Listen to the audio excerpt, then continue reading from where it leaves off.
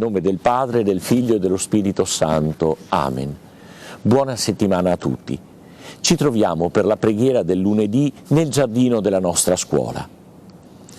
Ho scelto questo luogo in riferimento al Vangelo di ieri, che si concludeva con una breve parabola di Gesù che raccontava di una pianta di fico che non riusciva a dare frutto, tanto che il padrone del campo, quando passa per 1, 2, 3 anni, alla fine dice al contadino: tagliala, è qui semplicemente per nulla, non porta alcun frutto.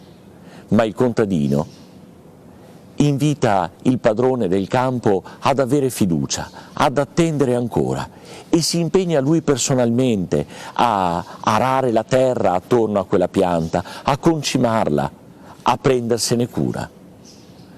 Questa immagine mi pare davvero molto bella e può essere applicata alla vita di ciascuno di noi. Ciascuno di noi rappresenta infatti una giovane pianta che merita di essere coltivata, verso la quale bisogna dare fiducia. Così vorrei rivolgermi a tutti i miei colleghi, invitandoli a guardare a ciascuno di voi, cari alunni, proprio come a delle piante, giovani piante. A volte sembrate un tantino duri, incapaci di portare frutto, ma dentro avete una linfa buona, una linfa che va scoperta, va coltivata perché possa portare frutti di bene. Ma mi rivolgo anche a ciascuno di voi, perché anche noi nei nostri confronti abbiamo una responsabilità grande. Dobbiamo avere fiducia in noi stessi, dobbiamo darci il tempo per migliorare senza mai perderci d'animo, gustando quello che facciamo, vivendolo in profondità. Ed è questo l'impegno di questa terza settimana di Quaresima che vorrei affidare a ciascuno di noi. Ritrovare la fiducia in noi stessi, non lasciarci perdere d'animo, coltivarci come una giovane pianta perché possiamo portare frutto.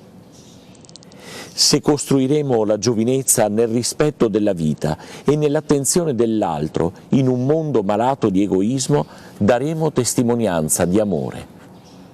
Ecco la frase di questa settimana: dare testimonianza d'amore.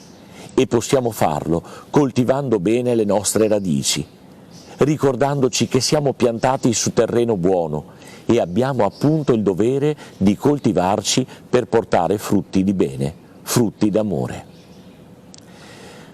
Mi permetto di ricordarvi ancora l'appuntamento quotidiano in cappella per la preghiera per la pace, dalle 7:50 alle 7:55, e poi la messa del giovedì.